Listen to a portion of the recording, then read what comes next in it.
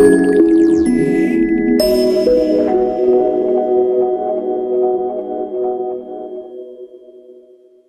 this video I'll be reviewing the HTC Desire S smartphone. This is HTC's follow-up to the very popular Desire smartphone, and they've made various improvements to the device. The one I have here is in the pastel teal colour, which is exclusive to the O2 network in the UK. It's normally a sort of black colour you can get it in. So taking a look at the device on the front, we have a very nice 3.7 inch capacitive touchscreen with a resolution of 480 by 800. So it's a fairly standard resolution for Android smartphones, so you shouldn't have any problems getting apps to display on it correctly. Down the bottom, we have 4 capacitive buttons: Home, Menu, Back and Search. These also provide haptic feedback along with the touchscreen, which means the phone vibrates when you press the button, which makes a very nice experience. However, you can turn that off if you don't want it. Up the top and the front we have the HTC logo, a nice large speaker grille, and a front-facing VGA resolution camera. On the side, we have a volume rocker, and a mini USB charging connection which can also be used for data transfer. On the top, we have a 3.5mm headphone jack, and a sleep standby switch thing. Bottom, tiny little microphone. On the back of the device, we have a very nice rubber finish up at the top and down at the bottom, and a sort of metal finish here. HTC logo, very nice sort of set down into it. Here we have speaker for speakerphone, rear facing 5MP camera, flash, and these, which I believe are noise reduction microphones, which pick up the background noise during a call and use that data to cancel out the background sound from your call, which is a really nice feature to get. The phone feels really nice in the hand, really sits well, doesn't feel like you're going to drop it at all. Spec wise, this device has a 1GHz processor. It's only single core, unlike some of the more advanced smartphones. However, it's still not got any problems going through the interface with live wallpapers on running apps, no problems found there. Internally you have 1.1GB of storage, however obviously this is expandable with memory cards, and 768MB of RAM. As I mentioned earlier, the camera is 5MP with a flash, and it can take 720p video, which is really nice to get. It runs Android Gingerbread, which is the latest version of Android, as well as the latest version of HTC Sense, which is their new the interface that runs with it, which just polishes the smartphone experience a lot better. Size wise, it's 115mm by 115mm high, 59.8mm wide, and only 11.63mm deep. It weighs 130 grams with the battery in, which is lighter than the original Desire, and not really noticeable, but it is nice. So this is a very nice phone. So now what we're going to do is we're going to turn off the lights and take a look at the interface on it as well. So I'll be back in a minute. Oh yeah, also sorry, spec wise, it also supports wireless N, which is really nice, so you're going to get fast internet connection on that, and obviously 3G, so you can download data over that. Okay, so I'm going to put the lights off and look at what we get on screen. Okay, so we now have the phone running, and I can see that's the screen on. Very nice bright screen. I mean, it is very bright. It's turned off there. So this is the HTC Sense, which you swipe this down to unlock the phone, which is really nice. So you swipe that down, unlocks. As you see, you've got your nice home screens here, and even with this live wallpaper running, the phone has no problem swiping between home screens without struggling. So we don't have any problem there in processing power or anything like that. You've obviously got regular Android HTC widgets, so you can drag your icons around, move your widgets, all that sort of stuff. I won't go into too much detail on the basic Android stuff because it is fairly basic. It's just sort of regular Android, so I'm going to look at all the Sense-based stuff. So here you have your pull-down menu, which actually has quite a nice feature.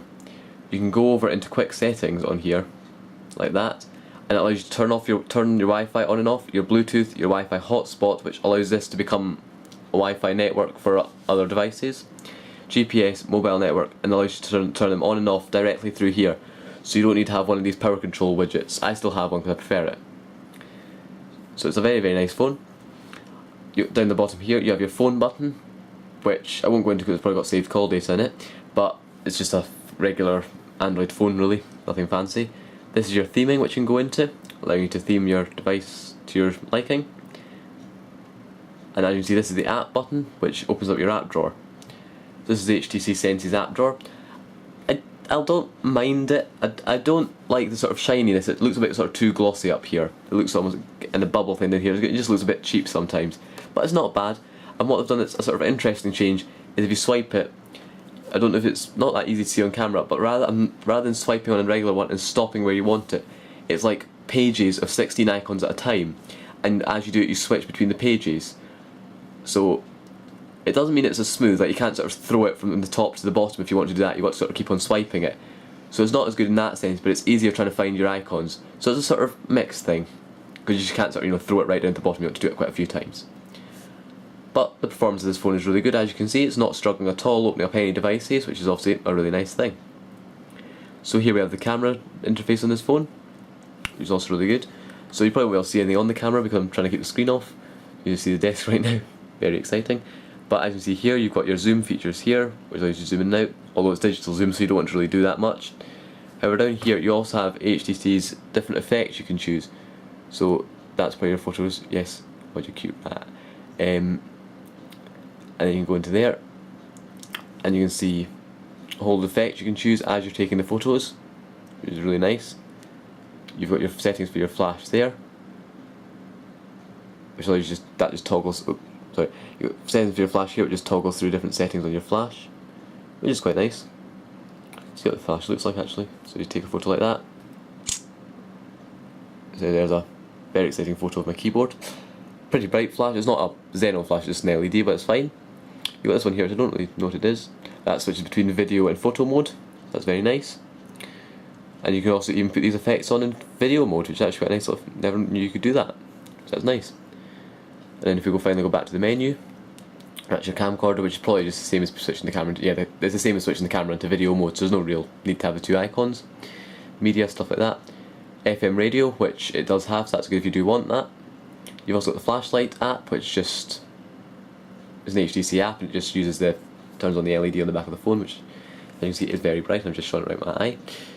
And you can even change brightness on it. Don't know if you can really see it changing. So you can make it really bright, you turn it off, and it does go really bright. I mean, I can't even look at that.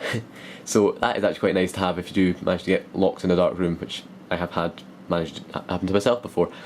That's very fun when that happens. Another really nice feature of HTC Sense is the ability to switch home screens really quickly. Just to do this, you just pinch out from the home screen, and it shows you all your home screens like this. You can just pick the one you want and skip straight to it, which saves you having to switch between home screens, swipe between them quite a lot. You also have the web browser, which I'll show you. Unfortunately, I can't really load pages because I'm too far away from my router, so I can't really get a good wireless connection on it. However, as you can see in here on the home page of Google, the zooming is very smooth. There's no issues in smooth zooming on here, which is really nice. It does show the power of the phone. And to switch between tabs, it's also very nice. Like that thing I just showed you on the home screen, you can pinch out like that and switch between tabs like that, which is a really nice feature. So that's that. So overall, this is a fantastic smartphone. Very nice design, very well made, very good. I've not found any real problems with it at all. It's a very nice device.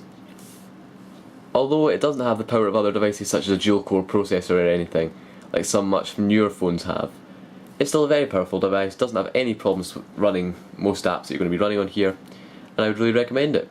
So thanks for watching, don't forget to comment, rate and subscribe, and you can also visit our website.